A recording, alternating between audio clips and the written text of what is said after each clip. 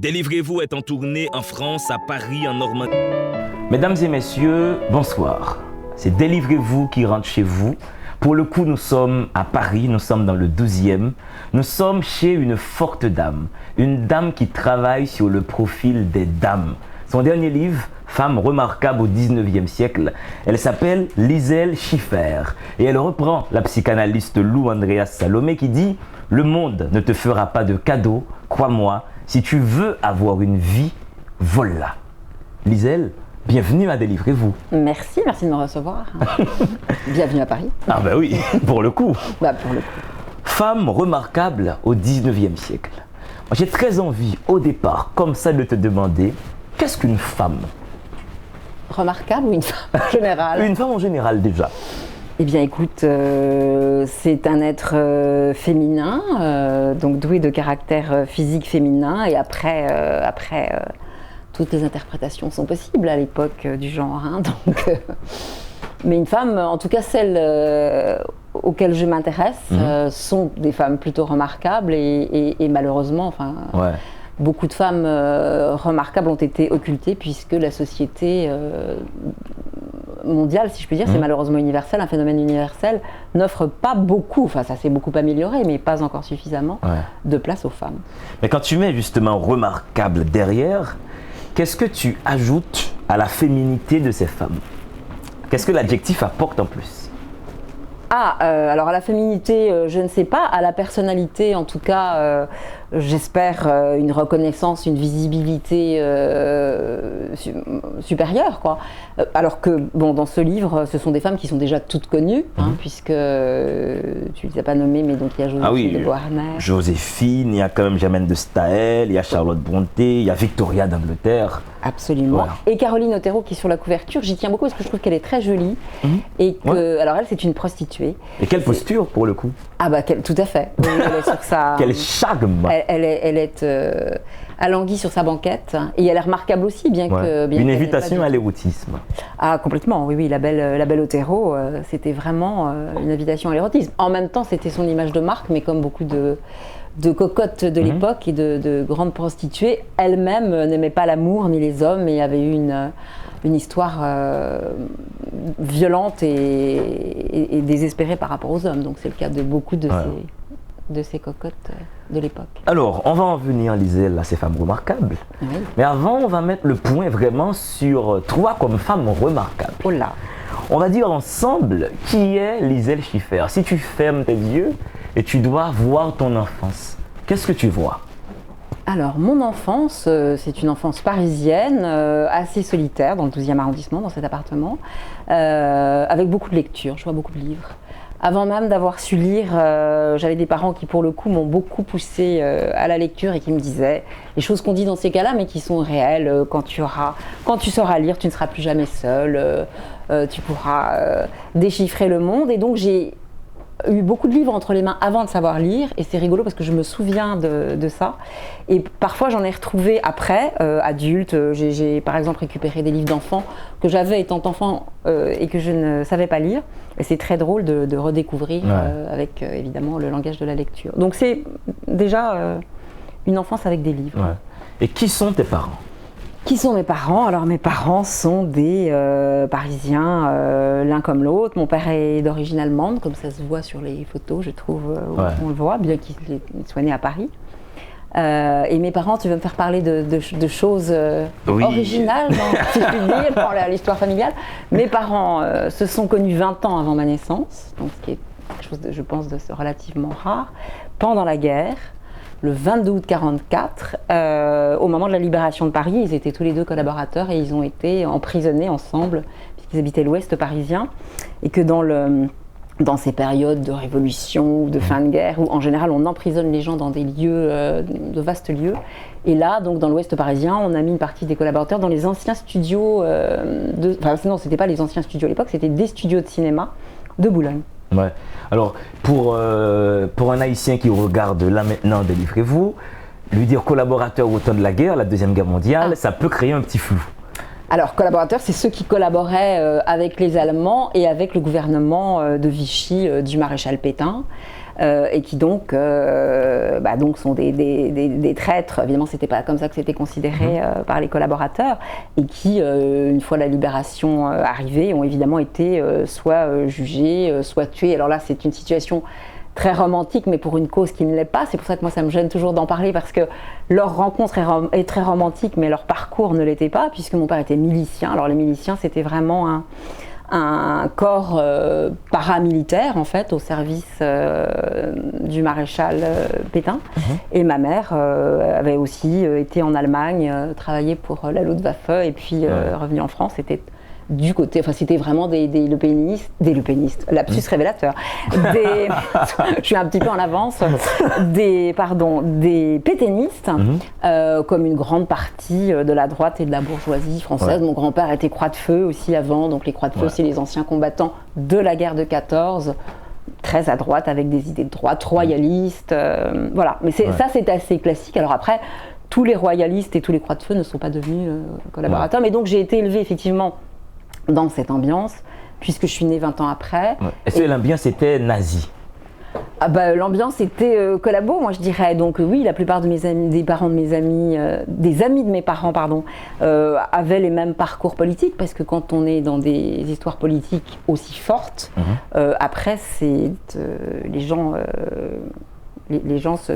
restent entre eux. Ils ont été en prison, ils ont été indignes nationaux. On en a beaucoup reparlé ces temps derniers, en parlant de l'indignité nationale, qui était une façon, je trouve assez juste, de punir des gens qui trahissent leur pays, justement. Donc c'était, d'ailleurs souvent ça ne durait pas 20 ans, ça veut dire qu'on n'a plus le droit de voter, qu'on n'a plus le droit d'être officier, qu'on n'a plus le droit d'être fonctionnaire. C'est une vraie punition pour des gens qui ont une nationalité, mais qui se sont mal conduits ou qui ont eu un engagement négatif. Voilà. Et pourquoi Liselle n'est-elle pas nazie? Parce que, de toute façon, quand même, vu le contexte, ce serait un peu difficile et un peu... ça c'est vrai, le contexte ne s'y prête pas trop. Bien qu'en même temps, le contexte aussi, il y a des vieilles résurgences des années 30 aussi, malheureusement, donc ça pourrait... non, peut-être l'exemple de mes parents, et puis la rencontre, justement, d'un autre monde, que ce soit... Un petit résidu je pense que quand on est formé, effectivement, politiquement, de façon très stricte, j'imagine que c'est, je sais pas, comme les gens en Afrique du Sud au temps de l'apartheid, c'est quand même c'est toute une déconstruction. En même temps, c'est très intéressant parce qu'on a toujours tendance, après, à remettre en cause, d'ailleurs, toutes les attitudes politiques, tous les raisonnements, et ça permet d'essayer d'avoir du recul. Alors, on n'en a pas forcément, mais ça permet d'avoir une déconstruction et de ne pas croire toujours en ce que vous ont dit vos parents, par exemple, voilà. Voir il peut y avoir une réalité historique très différente. Donc du coup, ce qui se passe ici dans cet appartement est assez exceptionnel, dans le sens où, au temps de tes parents, il aurait été impossible qu'une équipe de journalistes noirs soit ici pour une émission littéraire. Comme ils étaient bien élevés, je pense que ça les aurait effectivement pas mal perturbés. À la limite, ils auraient trouvé ça drôle, parce que tu sais, il y a aussi la forme de racisme, des nègres qui font du cinéma, c'est pas possible. Mais voilà, c'est ça aussi. C'est justement, c'est pas toujours aussi caricatural que ça le semble. Quand tu me poses la question qu'est-ce que ça m'a appris, je pense que ça m'a appris aussi à décrypter le racisme, l'antisémitisme, parce que bien sûr ils étaient très antisémites, même quand il est juste latent et pas apparent. Et ça m'a permis aussi de me rendre compte d'ailleurs que c'est malheureusement des phénomènes qui touchent beaucoup de gens. Alors quand on est en période de paix, c'est moins grave, mais quand c'est en période de crise, c'est évidemment beaucoup plus ennuyeux. Alors pour voler le mot à Aristote, est-ce que l'intellection t'a sauvé de tout ça? Oui et non, parce que c'est mes parents aussi qui m'ont transmis justement le goût de la littérature. Alors c'était effectivement très orienté, ils aimaient beaucoup. Alors je ne sais pas, ça dira pas grand-chose aux Haïtiens peut-être, mais Brasillac, tous les auteurs de droite qui peuvent être d'ailleurs des auteurs de grande qualité, Morand, Rieux-La Rochelle, donc j'ai été baignée par cette littérature. Donc la vie intellectuelle, elle était là aussi, mais elle peut être malheureusement mal utilisée ou mal orientée. Donc bon, j'ai eu la chance de pouvoir en faire autre chose. Moi, je crois essentiellement par mes études universitaires. Qui m'ont permis de vraiment rencontrer l'altérité, même si Paris 4 n'était pas un creuset social extraordinaire, mais pour moi, ça m'a permis d'entendre d'autres paroles. C'est vrai que Drieux-La Rochelle, il est un petit peu présent en Haïti. Hein. Et oui. Moi, pendant longtemps, j'ai mis en chanson une phrase de Drieux-La Rochelle. Oui. Vous dites que je suis double, mais non, je suis immense. Ah, bah oui, mais il est talentueux, Gilles, tout ça. Alors, c'est Monterland aussi, Monterland. Oui. Ben, ce sont et un autre que je n'aime pas beaucoup, mais qui est Céline, bon, parce que ça, vraiment Céline, c'est le summum. C'est d'ailleurs étonnant de voir qu'il est quand même adoré par plein de gens, alors que c'est un des plus violemment engagés dans ses textes et dans ses actions. Donc bon, c'est voilà. Donc le talent et le fait d'être un intellectuel malheureusement n'épargne pas la bêtise et la méchanceté politique. Lisel, on va rentrer dans une autre chambre maintenant, la chambre du féminisme. Ah. Comment déjà tu conceptualises cette vision du monde? Qu'est-ce que le féminisme pour toi? Le féminisme, il ne devrait pas, c'est comme la négritude, il ne devrait pas avoir à exister en tant que tel, puisqu'il y a des femmes et qu'elles devraient avoir une position normale. Mais donc, je pense qu'il existe parce que les femmes, effectivement, sont, encore une fois, de façon universelle, toujours mises en position de retrait. Ils l'ont été pendant des années. Et on a l'impression que c'est naturel. Et d'ailleurs, là aussi, je me dis c'est une construction intellectuelle. Parce que même moi, je me souviens très bien, étant jeune ou ado, je me disais, bah oui, il n'y a pas beaucoup de femmes compositeurs en musique parce que les femmes sont moins douées. Bon, et on croit à ce genre de choses. Et en fait, on se rend compte que voilà, c'est simplement une situation sociale. Et en fait, quand j'ai commencé à faire mes biographies, donc notamment sur les femmes, je me suis rendu compte qu'il y en avait évidemment plein. Alors d'une part, celles qui sont déjà connues sont souvent un peu stéréotypées, et puis qu'il y en a plein qui sont totalement méconnues, et qui étaient souvent, bien sûr, les compagnes d'hommes plus connus qu'elles. Bon, par exemple, à Paris, il y a eu une très belle exposition sur les femmes photographes au 19e et au 20e siècle, et là, je me suis aperçue que tous les grands photographes français du Second Empire ou de la fin du 19e, comme Nadar, avaient souvent des femmes qui faisaient de la photo à côté, mais dont on ne parlait pas. C'est un peu comme la femme du charcutier qui toute sa vie a aidé le charcutier à tenir la charcuterie et qui ne sera pas reconnue comme charcutière. Je crois que c'est le cas de beaucoup de femmes et notamment dans des domaines artistiques ou intellectuels. Il y a aussi plein de femmes qui ont écrit et qui ne sont pas connues alors qu'elles pouvaient avoir un grand talent, ce qui est moins le cas quand même pour les hommes. Elles sont toujours considérées comme des égéries aussi. Ouais. Alors autant qu'on y est, dans ta vie privée, tu as décidé de ne pas avoir d'enfants. Oui. Alors ça, je ne sais pas si c'est lié au féminisme ou pas au féminisme, c'est parce que je ne sentais pas l'envie de me reproduire. Et que, c'est pas mal comme phrase, je ne me sentais pas l'envie de me reproduire. J'ai ni de reproduire mon époux. Non, et je me pose toujours la question d'ailleurs, il y avait un titre comme ça du journal Philosophie Magazine, qui est un journal de vulgarisation philosophique que je trouve très intéressant, parce que moi je suis juste capable de lire de la vulgarisation philosophique, et qui disait mais pourquoi a-t-on des enfants? Et c'est une question, parce que quand on n'a pas d'enfants, tout le monde vous dit mais pourquoi? Et on a toujours envie de la retourner en disant et vous, pourquoi avez-vous des enfants? Bon, c'est très tabou, mais voilà, donc non, je pense que j'aurais pas. J'ai déjà l'impression que la vie est trop courte et qu'elle est pleine de choses et qu'on n'a pas le temps d'en faire, mais je pense qu'avoir des enfants, alors sauf si c'est comme à l'époque de l'Ancien Régime ou du 19e siècle où la haute classe sociale déléguait l'éducation des enfants, ou d'ailleurs l'absence d'éducation des enfants et notamment des femmes à des domestiques. Mais voilà, en même temps, c'est pas la vie moderne qu'on pourrait imaginer. Donc moi, ça me semble pas compatible avec. Ouais. Et puis ça va être très. Ça va prendre du temps des enfants. Oui, c'est ça, c'est très chronophage, je pense. Oui. Mais si les gens en ont envie et que ça leur fait plaisir, très très bien, c'est formidable, ils repeuplent la planète. Mais moi, je ne me sens pas cette vocation. Du moins, le temps que vous avez, vous le consacrez énormément à des travaux intellectuels. Et donc, Femme remarquable au 19e siècle, vous avez présenté, on va dire, une Joséphine de Beauharnais qu'on ne connaissait pas vraiment comme ça. Ben oui, moi-même j'avais une image d'elle aussi assez stéréotypée. J'avoue de l'avoir choisie notamment en hommage à Jean Tullard qui était mon professeur à la Sorbonne. D'ailleurs quand je l'ai eu à Paris 4, je n'étais pas spécialement intéressée par la période de la Révolution et de l'Empire qu'il enseignait, mais il avait un tel talent de parole que du coup il m'a captivée. Et voilà, Joséphine, j'avais l'image de la petite créole légère qu'elle était aussi. Donc créole en tant que blanche vivant aux Antilles. Parce qu'en France, créole, on imagine toujours que c'est les Antilles. Non, c'est particulier, c'est les blancs des Antilles. Donc de Martinique, qui a cette destinée qui vient épouser ce Beauharnais, comme toujours. Les trois quarts des femmes, ça aussi c'est une chose qui m'impressionne beaucoup et que je trouve terrible. Ces femmes étaient mariées de façon autoritaire, enfin leur mari aussi d'ailleurs, parce qu'eux-mêmes ne choisissaient pas souvent leur épouse et c'était des mariages arrangés. Et là, comme d'habitude, ça se passe mal. Son époux, qui n'est pourtant pas un idiot, qui est qui est un aristocrate engagé dans la Révolution, un peu à la manière d'un Condorcet, ou si c'est un militaire.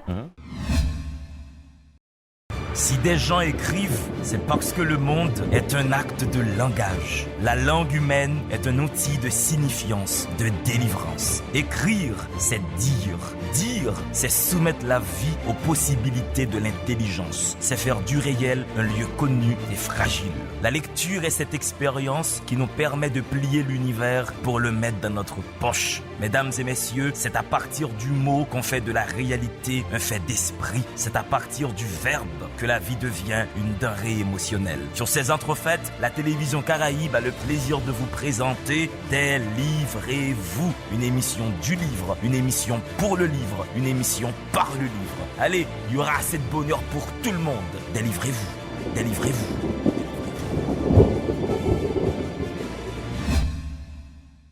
Le 15 décembre 1809, c'est aux Tuileries, dans la salle du trône, que Joséphine achève son Golgotha en lisant son texte de divorce par consentement mutuel.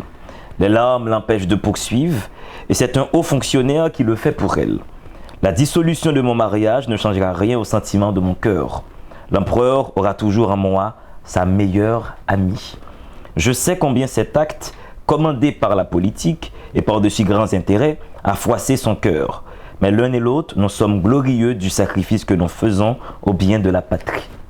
Joséphine de Beauharnais, qui a épousé Napoléon Bonaparte, qui était peut-être à l'époque l'homme le plus puissant en Europe.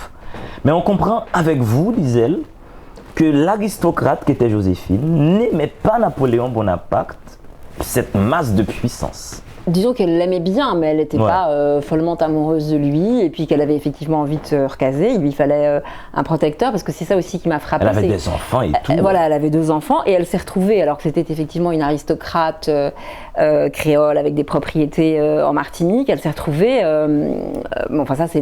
les révolutions peuvent engendrer ce genre de situation, mais femme seule, effectivement, avec 2 enfants à élever. Et donc il fallait bien qu'elle se case. Alors il y a une espèce de légende noire qui dit qu'elle s'est prostituée. Non, elle ne s'est pas prostituée, mais elle a dû chercher effectivement quand même un protecteur. Et Napoléon, lui, qui la rencontre par l'entremise de son fils, puisque son fils était, le jeune Beauharnais, était allé voir Napoléon parce qu'il voulait garder le sabre de son père en souvenir de son père et que les gens devaient être désarmés, ne plus garder d'armes chez eux. Et il tombe déjà sous le charme de ce petit garçon qu'il trouve émouvant, et puis alors il tombe complètement sous le charme de la maman, mais Joséphine n'a jamais été folle de lui, et elle l'a épousé de façon un peu raisonnable, et effectivement après elle l'a beaucoup trompé. Beaucoup pour le coup. Et ça change l'image de Napoléon, gros macho qu'il était quand même, mais parce qu'il était amoureux transi, ses frères lui prouvent qu'elle le trompe quand il est dans sa campagne d'Italie, en Égypte c'est pareil. Mais il est vraiment très amoureux. Et les lettres qu'il lui a écrites sont d'un romantisme échevelé et d'un érotisme aussi. Mais on a l'impression qu'elle s'en fiche, elle lui répond jamais, il est désespéré. Ah oui, alors que ces lettres à elle, des fois, quand elle se décide à les faire, elles sont assez sèches. Oui, elles sont... D'abord, elle n'a pas un vrai talent de plume, et puis, c'est pas... Joséphine n'est pas une littéraire et elle n'est pas très amoureuse de lui. Par contre, c'est une femme, je trouve, sympathique. Elle était très généreuse. Elle était avec le côté un peu foufou de l'aristocrate de l'époque. Mais quand Napoléon a perdu le pouvoir, elle reste quand même proche de lui, contrairement à Marie-Louise, sa seconde épouse, mais qui là aussi ne l'avait pas choisi. Donc c'est une femme, je trouve, sympathique et dont la vie a été pleine de vicissitudes. Alors que, née avec son titre et son statut, normalement, elle aurait dû avoir une vie tout à fait tranquille. Alors, une autre femme qui est présente dans ce livre, Germaine de Staël. Ah oui, qui est-elle, cette Germaine de Staël? Alors, Germaine de Staël, c'est la fille de Necker. Necker le fameux ministre de Louis XVI, suisse, banquier suisse, qui a mis une partie de son argent d'ailleurs aussi au service de la monarchie française. Et alors pour moi justement, Germaine de Staël, elle est archétypique de ce type de femme qui a été très portée par son père. Elle a un rapport très particulier avec son père, avec une mère dépressive, assez folle. À la fin, ça tourne vraiment à la folie. Et elle est très portée par son père, ce qui est quand même assez extraordinaire dans le contexte où justement, dans ce monde aristocratique, les filles étaient là pour se marier avant tout et pas vraiment pour avoir des carrières. Et en fait, c'est un peu une relation en miroir. Elle soutient énormément son père quand il est ministre. Elle est là un peu comme une épouse enthousiaste, et lui soutient sa fille dans ses travaux et dans ses actions. Alors elle, par contre, elle a un rapport très, vous l'avez vu sans doute, difficile avec Napoléon. Qui alors là pour le coup est vraiment le macho caricatural qui, quand il la voit dans une soirée, lui dit qu'avec la poitrine qu'elle a, elle ferait mieux de faire des enfants que de faire des livres. Enfin, il se caricature lui-même. Et une belle phrase à la page 85: de tous les hommes que je n'aime pas, c'est mon mari que je préfère. Ah oui, effectivement, parce que son mari, c'est pareil, elle n'a pas été très amoureuse, elle a eu aussi beaucoup d'amants, et dont Louis de Narbonne, par exemple, qui était un bâtard de prince français, mais son mari, voilà, c'était un mariage de raison également, et il a beaucoup souffert. Et alors, elle avait des rapports quand même très hystériques avec ses amants, Benjamin Constant, à qui elle demandait des espèces de serments écrits. En fait, elle leur demandait d'être totalement soumis. C'était un retournement, pour le coup. On pourrait dire que c'est une féministe qui s'ignore, parce qu'elle ne se serait certainement pas déterminée comme ça, et qui renverse les rôles en étant une espèce de machotte d'une certaine manière. Et elle continue, elle dit: les jouissances de l'esprit sont faites pour calmer les orages du cœur. Oui, je pense, puisqu'à Coppet, elle a tout son petit monde autour d'elle, et c'est une salonnarde donc exilée, puisque Napoléon ne veut pas qu'elle reste en France. Et oui, ses deux passions dans la vie, c'est vraiment l'écriture et l'amour, quoi. Et ensuite, à la page 125, femme remarquable au 19e siècle, une fille de solitude. Ah oui. Charlotte Brontë. Oui. Alors Charlotte Brontë, ça c'est le film avec Isabelle Adjani, Isabelle Huppert, qui a je suis en train de chercher le nom du réalisateur que je ne trouve plus, je crois que non, c'est pas Téchiné. Si, c'est peut-être Téchiné. Était assez merveilleux parce qu'il marquait bien l'ambiance délétère et sombre de ces filles de pasteurs vivant comme ça dans une région isolée, où là aussi, comme c'était des filles, elles ont toutes eu très vite une vocation d'écriture qu'elles ont cachée sous des pseudos d'hommes, parce que voilà, ça c'est très, très aussi répandu au XVIIIe, au XIXe siècle notamment, où les femmes prenaient systématiquement des pseudonymes d'hommes parce que c'était très difficile de signer en tant que femme et de l'assumer en tant que femme. Et là-dessus, je pense à quelque chose, quand vous me parliez tout à l'heure de mes lectures de petites filles ou d'enfance. J'ai lu, comme apparemment 90% des femmes, j'ai l'impression dans le monde, les 4 filles du docteur March. J'ai l'impression que ça aussi alors je pense que ça se lit aussi en Haïti. C'est vraiment le roman du milieu du 19e siècle américain, qui se passe pendant la guerre de sécession, avec ces 4 filles, dont l'héroïne qui s'appelle Jo et qui sera plus tard une écrivaine. Et j'ai l'impression qu'elle a ce personnage de Jo, qui s'appelle Joséphine en réalité, qui prend aussi un pseudo au début, et elle a inspiré beaucoup de générations. Et elle en inspire encore, parce que j'enseigne plutôt à des adultes, mais cette année aussi à des adolescentes, et des petites filles françaises de milieux plutôt défavorisés, qui étaient toutes très enthousiasmées sur ce livre. Donc je me dis, ça c'est un livre transgénérationnel et trans-sociétal, on pourrait dire. Et une femme pour le coup puissante et connue et qui a marqué mais vraiment l'Angleterre, Victoria d'Angleterre, amour, gloire et autorité. Sa vie tourne carrément autour de ces 3 valeurs. Et autorité, alors elle c'est pas une féministe pour le coup, elle est très hostile aux suffragettes, et puis elle a un peu tendance à dire Est-ce que les femmes doivent rester au foyer? Ah oui, complètement. C'est plutôt, alors elle qui est très autoritaire, bien sûr, de par son statut de reine, qui laisse son époux charmant, qui est un peu un sextoy, et surtout un père de famille, puisque ils ont une famille nombreuse, et elle sent. À la fin, elle n'en pouvait plus, elle demandait comment faire pour ne pas avoir d'enfant, et on lui a dit de s'abstenir de tout rapport conjugal, mais bon. Donc elle, c'est vraiment pas une féministe, mais effectivement, elle a le poids, elle a l'autorité politique, mais c'est une femme de son milieu et de son époque qui forcément ne peut pas être ouverte à des idées. Parce qu'elle n'a pas voulu faire la reine de représentation, elle a voulu appeler les ministres, elle a voulu rentrer carrément dans la vie politique concrète de l'Angleterre. Ah oui, elle a voulu, effectivement. Elle s'est dit qu'elle allait utiliser son pouvoir. Oui, c'est pas Elisabeth II, mais c'est aussi une autre époque, effectivement. Mais c'est une femme, je trouve, assez émouvante quand même, parce que je pense que cette charge, ce poids social devait être quand même quelque chose, cette charge politique devait être quelque chose d'assez épouvantable. Mais bon, elle est surtout, c'est surtout, je pense, sa longévité qui a marqué les esprits, sa famille nombreuse. Mais qu'est-ce qu'elle a donné à l'Angleterre, cette femme, cette Victoria d'Angleterre? Peut-être justement une image, un début de publicité, parce qu'elle a mis en scène justement sa famille. C'était un peu point de vue image du monde avant la lettre. Et ça, je pense, mais ça c'est lié aussi au 19e siècle, au développement de la photographie, de la presse. Et donc elle a mis en scène la famille royale. Je pense que ça a été vraiment...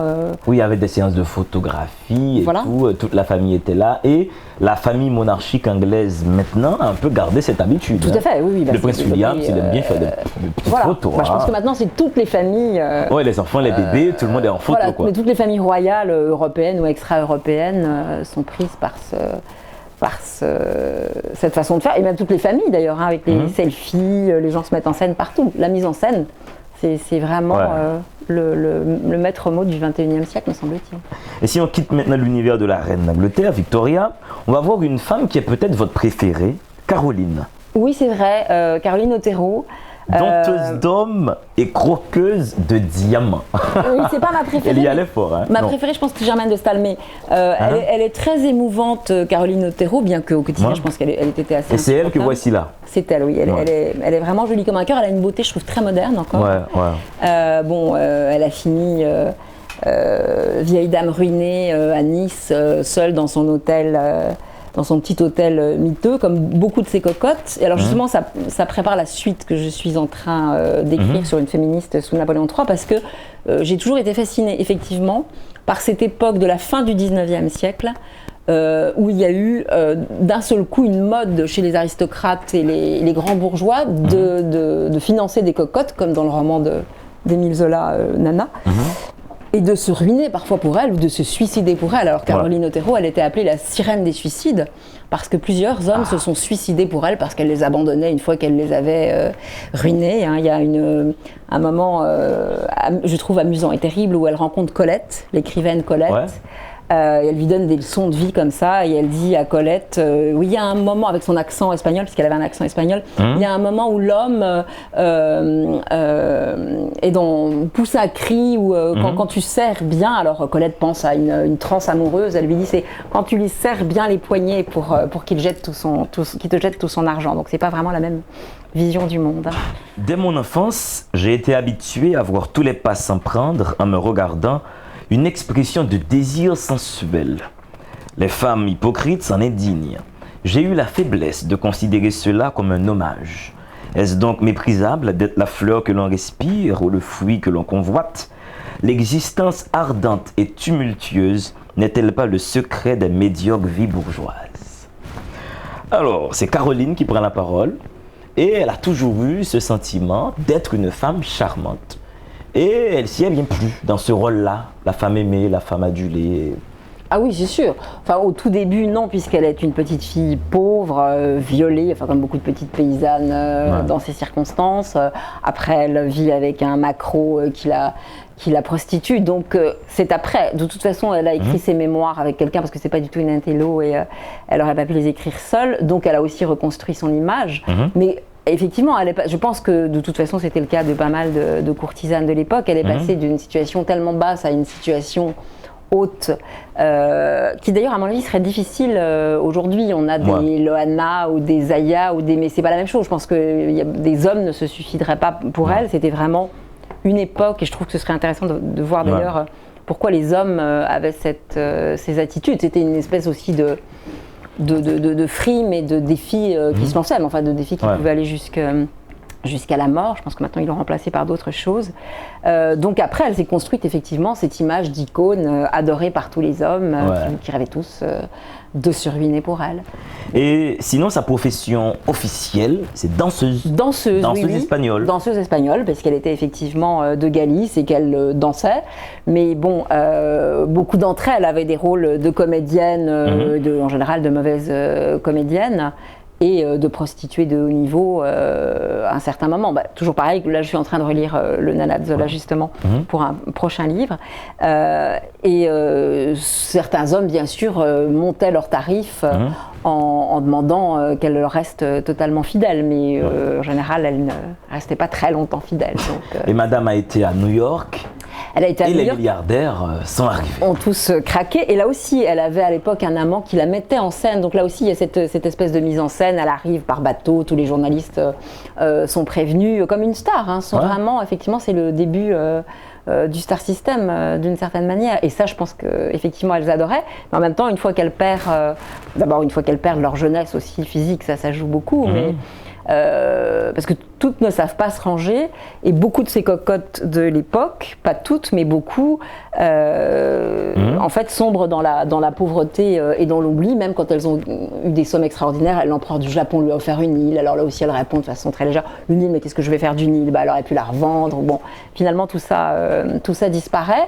Et elle était très joueuse, donc elle jouait beaucoup au casino, notamment à Monaco, et je pense que, ça c'est mon interprétation psychologique, mais je pense que elle jetait tout cet argent qu'elle considérait quand même comme de l'argent sale et qu'elle ne voulait pas finalement le garder et qu'elle préférait rester pauvre. Et puis même les grands littéraires sont venus à elle. Le poète José Martí lui fait tout un poème. Voici qu'arrive la ballerine, orgueilleuse et pâle, elle est là, galicienne, cette femme que voilà, non, tout simplement divine. Absolument. Alors malheureusement pour eux, souvent les poètes ou les hommes de lettres n'avaient pas les moyens d'entretenir des femmes comme ça, donc éventuellement ils pouvaient peut-être avoir des petites aventures. Le fils d'Alexandre Dumas notamment, qui a écrit La Dame aux Camélias, a eu plusieurs histoires comme ça qui ont dû s'arrêter parce que les cocottes lui disaient maintenant mon vieux, t'as pas assez d'argent, tu ne restes pas. Ça va pas le faire.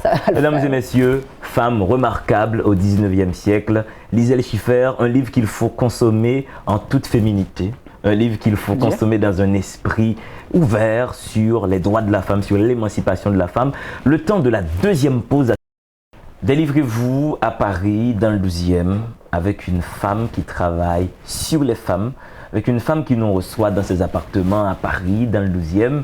Elle s'appelle Liselle Schiffer et nous sommes en train de voir ensemble toutes les étoiles qui constituent sa galaxie, qui constituent son univers. Liselle, là maintenant, sur quel chantier es-tu? C'est un petit lien avec Caroline Otero, puisque je travaille sur une femme qui s'appelle Olympe Audouard, alors que tout le monde confond avec Olympe de Gouges, Olympe de Gouges est une héroïne de la Révolution. Donc là, c'est différent. Olympe Audouard, c'est surtout le Second Empire et la Troisième République. Et en fait, c'est un rapport avec Caroline Otero, bien qu'elle ne soit pas du tout du même milieu, parce que je connaissais le nom d'Olympe Audouard, qui est connue en tant que féministe. Et que on m'a offert un bouquin qui est la reproduction des registres de la police des mœurs sous le Second Empire et la Troisième République, et très amusant d'ailleurs, puisqu'on voit la liste de toutes les femmes surveillées par la police, donc prostituées, donc ça va de la prostituée de bas étage, si je puis dire. Alors justement, et je vois Olympe Audouard, et je me dis, mais ça doit être une homonymie, c'est pas du tout la même chose, je ne comprends pas. Et en fait, je me suis rendu compte, et je pense d'ailleurs qu'Olympe Audouard ne le savait pas, que cette féministe qui, comme elle vivait seule et qu'elle recevait des hommes, puisqu'elle était directrice de presse, puisqu'elle a créé 2 journaux sous le Second Empire, elle était considérée comme une mauvaise femme, comme une femme de mauvaise vie, et donc elle était surveillée par la police des mœurs. Et du coup, ça m'a donné envie de m'intéresser à elle, que je connaissais mal, et j'ai commencé un travail là-dessus. Donc j'ai eu la chance d'avoir une bourse de la SCAM, la Société des auteurs multimédia, pour cette biographie. Et donc voilà, c'est dans la suite de Caroline qui m'avait donné cette envie de travailler sur les cocottes. Mais bon, Olympe, encore une fois, n'est pas du tout une cocotte. Mais c'est une femme pas divorcée, mais qui s'est battue justement toute sa vie pour le divorce. Parce que ce qui est merveilleux dans le 19e siècle, c'est qu'on passe par toutes les révolutions importantes que la France a connues. Donc il y a eu la Révolution française au XVIIIe siècle, mais après il y a eu 1830, 1848, 1871 avec la Commune. Et la France a connu donc vraiment des gouvernements très différents. Et donc, du coup, le sort de la femme était lié à ces gouvernements. Et par rapport justement au divorce, donc la Révolution instaure le divorce en 1792, avec cette fin de la mainmise de l'Église sur la société. Napoléon, avec son code civil et son machisme méditerranéen, change un petit peu. Il ne supprime pas le divorce, mais il change un petit peu, parce que lui-même a divorcé d'ailleurs, mais il change ça, il fait quand même en sorte que, par exemple, le divorce pour cause d'adultère, pour qu'une femme puisse demander un divorce en cas d'adultère, il fallait que le mari fasse vivre sa maîtresse dans le foyer conjugal, ce qui devait être quand même très rare, donc ce qui limitait les possibilités, alors que l'homme, non. D'autre part, la femme pouvait faire de la prison si elle avait été trouvée en état d'adultère flagrant, pas l'homme non plus. Donc voilà, on voit que là, le code civil est quand même beaucoup plus pro-masculin que féminin. Et il a été fait par des hommes. Il a été fait par des hommes. Et puis après, mais c'est quand même un homme qui, en 1884, a réinstauré le divorce. Bon, c'était aussi, il fallait toujours prouver que c'était un cas d'adultère et pas par consentement mutuel, mais enfin, c'était quand même un grand changement.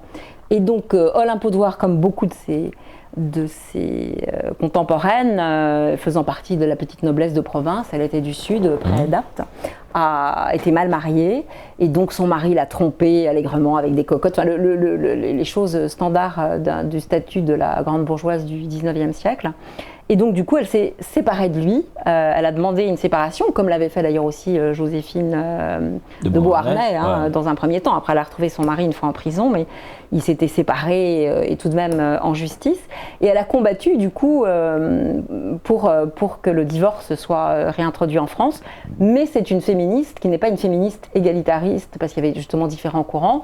Et elle considérait que les femmes devaient pouvoir avoir une certaine liberté, notamment dans leur vie privée, dans le fait de disposer de leurs biens. Donc ça ne s'adresse bien sûr qu'aux bourgeoises, les femmes du peuple n'ayant pas de biens, donc c'était plus simple. Mais par contre, elle n'est pas du tout comme les suffragettes anglaises, et elle n'était pas pour le droit de vote. Elle dit même qu'elle n'était pas pour le droit de vote. Mais ça prend toute une bibliographie pour travailler sur...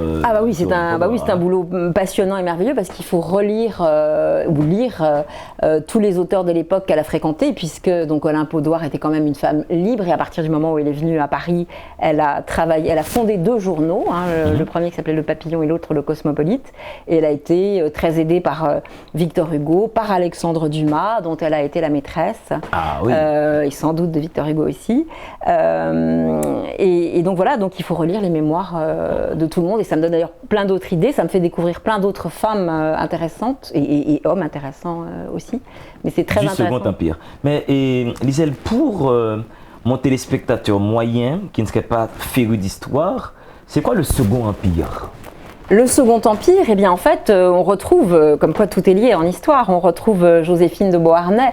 En fait, Joséphine, on l'avait vu, elle avait eu 2 enfants de son premier mariage, dont une fille qui s'appelait Hortense, qui plus tard a été mariée par Napoléon à un de ses frères, et qui a eu des enfants, et ces enfants donc étaient 2 fils, dont un Napoléon, qui a d'abord s'est fait élire président de la République, et puis en tant que Bonaparte, il avait bien sûr des idées d'empire derrière la tête, et il a fait son fameux coup d'État du 2 décembre, où il a pris le pouvoir, et où il s'est fait lui aussi couronner empereur. Donc le Second Empire, c'est cette période de la moitié du 19e siècle en France, qui correspond aussi à la révolution industrielle, Et donc à tous les progrès techniques qui se sont développés. Donc ce qui fait que le Second Empire, là aussi, lui aussi a une image qui s'est beaucoup développée du fait de cette mise en exposition. Alors mise en exposition par exemple à travers les expositions universelles aussi, qui étaient une espèce de vitrine pour les pays européens et pour montrer quels étaient leur développement scientifique colonial aussi, parce que c'est la grande période de la colonisation, même si, par exemple, la colonisation de l'Algérie a démarré sous la monarchie. Mais voilà, Napoléon III, il est parti aussi au Mexique pour aider un prince autrichien, un prince de Habsbourg, Maximilien de Habsbourg, à prendre le pouvoir au Mexique. Donc, des espèces d'aventures comme ça, assez délirantes, qui sont... alors pour peut-être les Haïtiens qui ne connaissent pas le Second Empire, il faut qu'ils écoutent Offenbach, la musique d'Offenbach, c'est vraiment ça, c'est une légèreté toujours pareil pour les riches, parce que les pauvres restaient toujours très pauvres, et puis toute une nouvelle aristocratie qui s'est créée, donc qui était considérée comme des nouveaux riches, mais des nouveaux riches très entrepreneurs, très industriels, comme les frères Pereire, qui ont participé du développement des chemins de fer en France et dans les colonies. Donc c'est tout ce monde très foisonnant, avec beaucoup de journaux. En même temps, donc justement, Olympe était donc patronne de presse, malgré la censure très importante et le goût du secret de Napoléon III, qui faisait donc surveiller plein de gens, qui faisait interdire des journaux, il a interdit à Renan de continuer ses cours au Collège de France. Donc c'était pas du tout un régime libéral, même s'il s'est un peu libéré à la fin. Et puis ça s'est terminé par le désastre de Sedan, la guerre contre les Prussiens.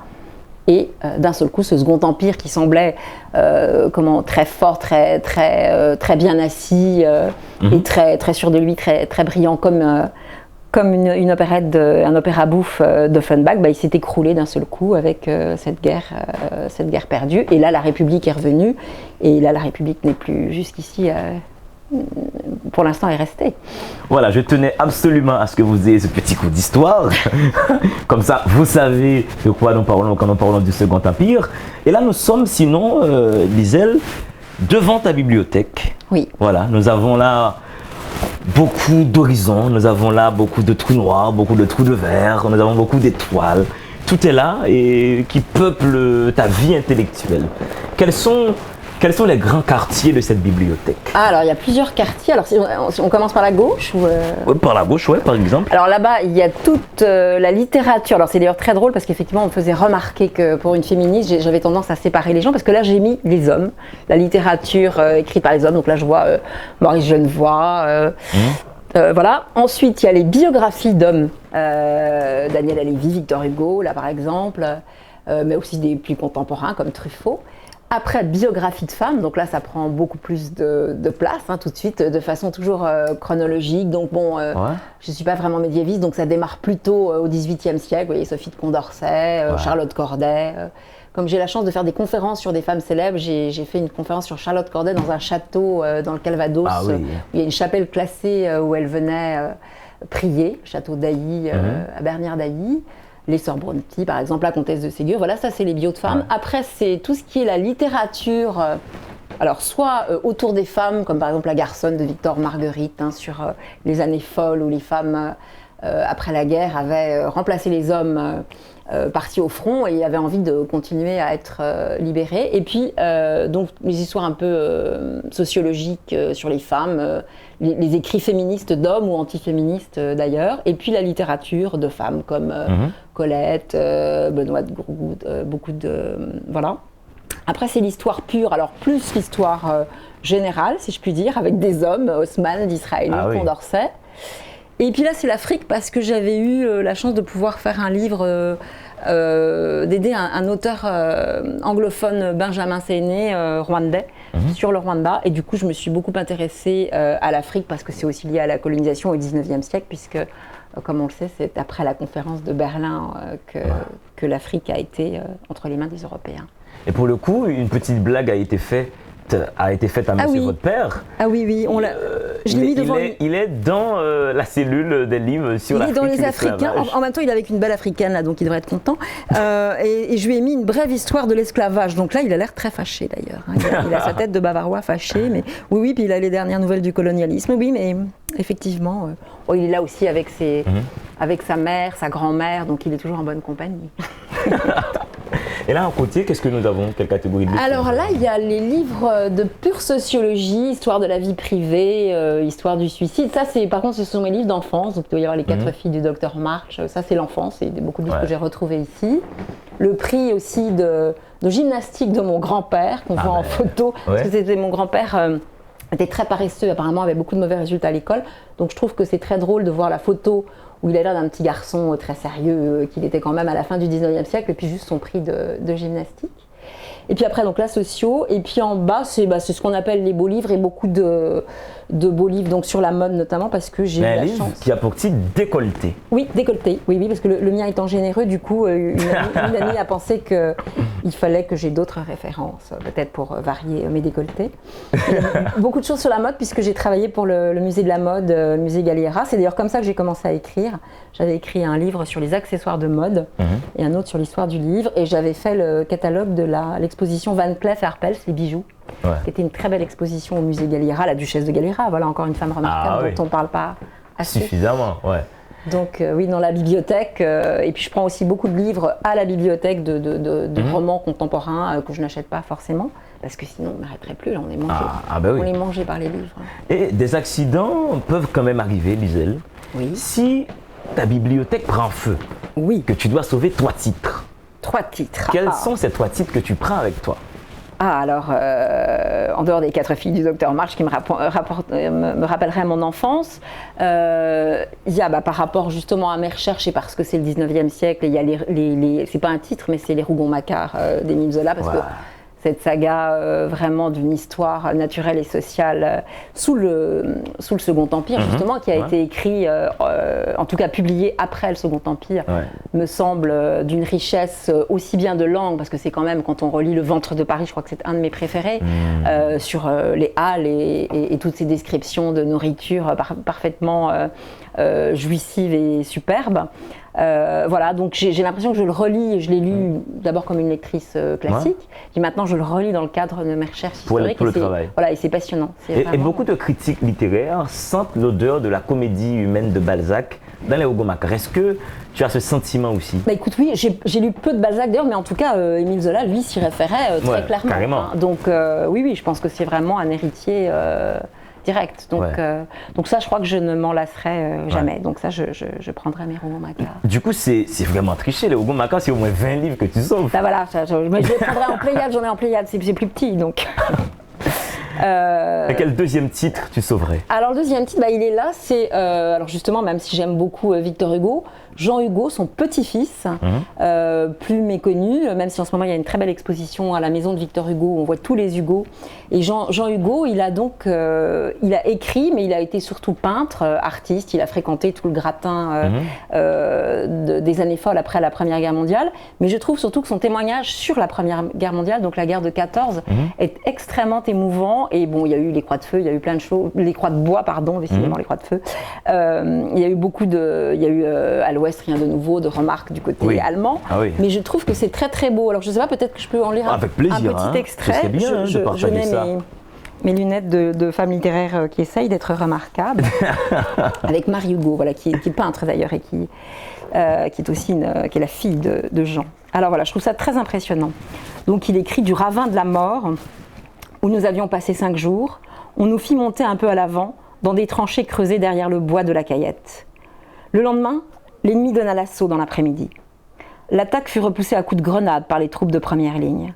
En deuxième ligne, nous fûmes bombardés violemment toute la journée.